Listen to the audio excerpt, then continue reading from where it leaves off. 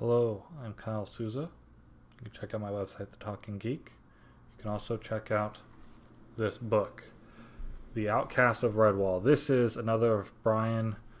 Oh, I was going to look up how to pronounce the name to make sure, but Jacques or Jax. I'm not sure, and I'm sorry, sir. I know you've passed away now, but I'm sorry to your family and to everybody else with that same name. I've only read it. Part of the medium of the written word is we don't know how to pronounce everything when we come across it.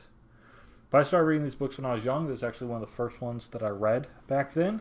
It's a fun story. It's different than a lot of the other books. It is a book of Redwall, even though under here it says author of The Bellmaker. That was a more recent book than the Redwall book had been. But this book's unique in that usually what you have are each book separated into three parts. And in the first part of the book, you have three stories. And then that converges to two stories in the second part. And then in the third part, that converges into one story. Well, this works a bit different. It's mostly one story in the first part. There is a second story, but it's mostly one. And then it splits to three. And then it goes to two. And then it's one pretty quickly. So a little bit of a different shape to the story. But what we have is we have a badger, Sunflash the Mace, and that is his bird friend, whom he rescues from Swart Sixclaw, who is a ferret, who becomes a ferret warlord with a giant horde. And this is a coming-of-age story.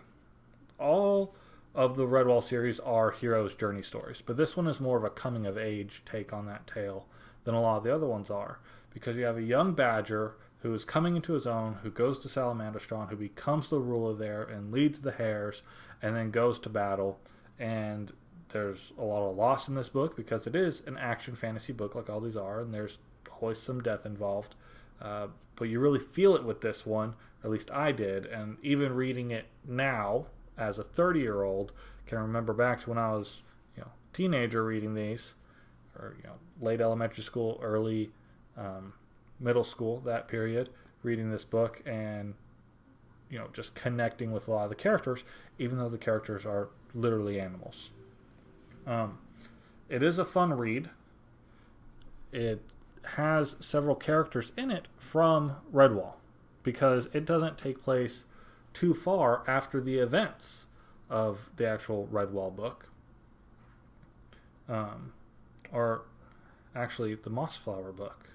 Not even Redwall. Happens before that. Before Redwall, but after Mossflower, after Martin the Warrior. Martin's not in this one. He's passed away. But Bella of Brockhall, she's in it. And she is Sunflash's mother. And you learn that early on, but I guess it could be a spoiler. But the Outcast. So the badger's not the outcast. No, the outcast is a ferret. Swart has a child who gets adopted after he abandons it by a Redwaller and is raised within Redwall but never fits in, and then is cast out of Redwall by Bella. But all their fates are intertwined, and he must then join up with his father and decide if he's going to be good or bad. And they face down a badger, and it is a very suspenseful story because it actually does a really good job of not knowing which way things are going to go. How is Vale, that's the name of the ferret you see here at the cover, you don't know what all is going through his head. So kudos on that writing. So I'd say if you like any other Redwall book, this is a good one. But with the Redwall books, you don't really have to start with the first one. Chronologically, you don't have to start with Mossflower or The Legend of Luke, or any of those early ones. You don't have to start with the first one that was written with Redwall. You can pick up any one of these and read it and piece it together. And that's one of the great things about it, even though it does have some characters in common. Really, it is an anthology series.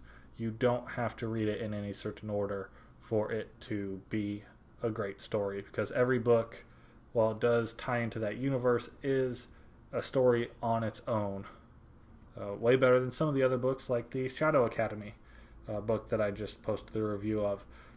that book you can read on its own, but is not nearly as good without having read the book right before, because that one was designed to be in a series. And while this one is in a series, this one doesn't rely too heavily on you being familiar with the Redwall world. You can dive straight into this story real quick if it's your first exposure to Redwall. So I'd say check it out. Check out talkinggeek.com. Thank you.